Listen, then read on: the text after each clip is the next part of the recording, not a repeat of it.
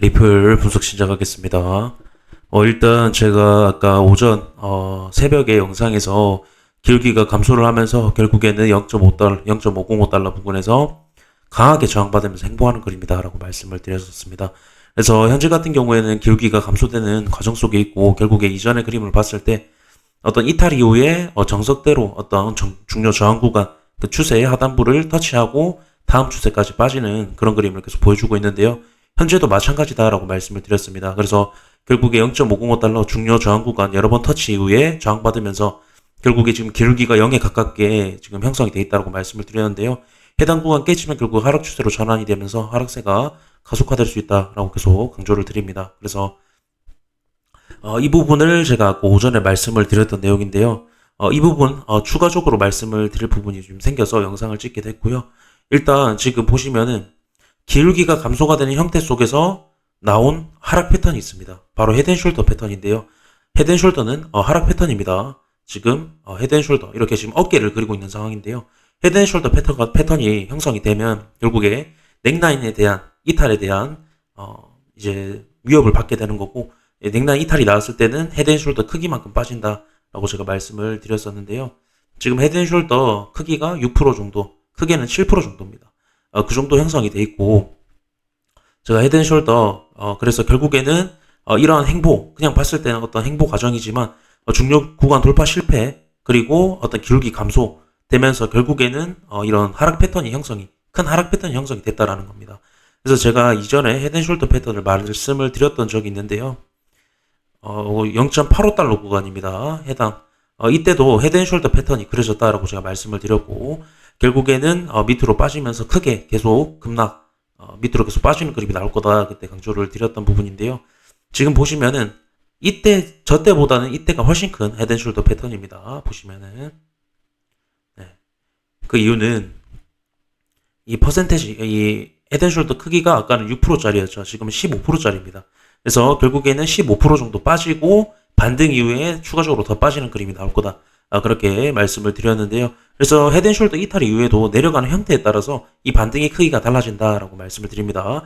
지금 같은 경우에는 15%도 빠지지 않고 해당 구간에서 리테스트 여러 번 거쳤기 때문에 리테스트를 만들어냈던 해당 꼬리까지만 반등하고 추가적인 하락이 나오는 모습이었고, 현재도 내려가는 형태, 만약에 이 구간에서 6%가 그대로 빠진다라고 하면 6% 추가적으로 다시 해당 구간까지 리테스트에 대한 가능성이 있겠죠. 하지만 해당 구간에서 6%가 빠지지 않고 이 크기만큼 빠지지 않고 이런 식으로 계단식으로 내려가 버리면 추가적으로 하락에 대한 속도가 붙으면서 추가적으로 더 하락을 할 수 있다라고 말씀을 드립니다.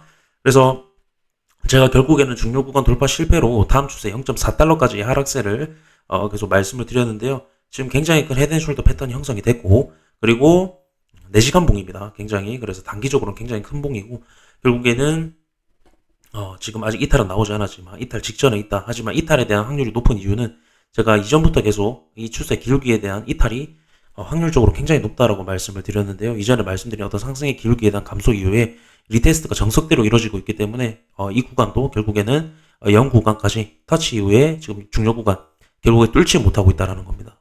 굉장히 저항을 많이 받고 있다라는 거고 저항이 확인이 되고 있다라는 겁니다. 그렇게 됐을 때는 이전과 별 다르지 않게 추세 이탈이 나오면서 하락 추세로 전환이 될 거다 말씀을 드렸는데요.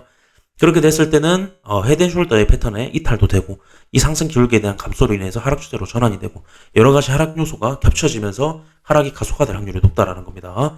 그래서 지금 단기적인 헤드앤숄더 패턴 형성이 됐고 결국에는 저는 이탈이 나올 거다라고 보는 거고요. 그래서 지금 아직 이탈이 나오지 않았지만 미리 말씀드린 이런 부분은 미리 말씀드리는 게 맞죠. 다 헤드앤숄더 패턴 다 터지고 말씀드리면 분석에서 의미가 없다라고 생각을 합니다. 그래서 결국에는 아까 말씀드린 어떤 하락 요소들이 여러 가지로 많이 작용을 하고 있기 때문에 결국에 이탈 나오면서 헤드앤숄더 패턴 그대로 터질 거다. 그래서 결국에는 반등이 나와도 아까도 보셨겠지만 헤드앤숄더 크기만큼 빠졌다라고 해서 거기서 찐 반등이 나오는 게 아니라 반등 이후에 추가적인 하락이 나오는 걸 보셨을 겁니다. 하락 패턴이라고 말씀을 드립니다. 그래서 지금 어떻게 보면 중요 구간 돌파 실패 이후에 작정을 하고 하락을 시키고 있다. 여러 가지 패턴을 만들면서 그렇게 말씀을 좀 드리고 싶고요. 제가 말씀드린 어떤 채널 하단부 이탈 이후에 올라서지 못했기 때문에 어떤 헤드앤숄더 패턴, 해당 구간처럼 헤드앤숄더 패턴이 나올 수도 있고 여러 가지 하락 패턴이 나오면서 추가적으로 하락을 시킬 확률이 굉장히 높습니다. 그래서 이미 어떤 고점에서 이 채널 하단부 상단 부분에서 하단부 밑에 이제 그 구간에서 헤드앤숄더 패턴이 나왔다라는 겁니다. 이 부분이 지금 단기적으로 굉장히 중요한 부분이고요. 헤드앤숄더 패턴이 그대로 이어질 확률이 굉장히 높은 어떤 기울기 아까 말씀드린 형태가 띄고 있다라는 겁니다. 그렇게 됐을 때는 헤드앤숄더 패턴이 지금 가리키고 있는 가격대를 지금 추세에서 말씀을 드려보면요. 0.6, 6%, 아까 7% 정도죠. 0.45. 현재 추세에서는 0.45 정도, 0.44에서 45 정도 형성이 되어 있고요.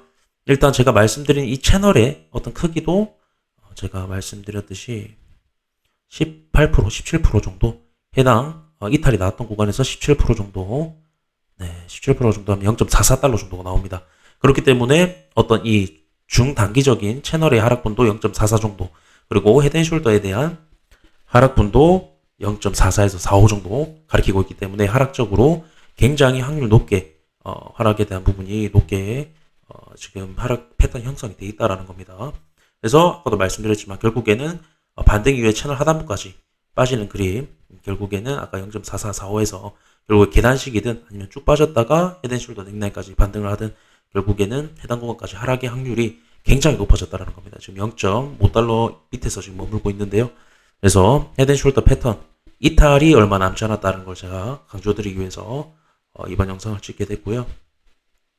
그래서 하락이 얼마 머지 않았다라는 걸 강조를 드리고 싶습니다. MACD도 보시면 결국 골드크로스 난 이후에 강하게 저항받으면서 다시 데드크로스 나온 모습이죠.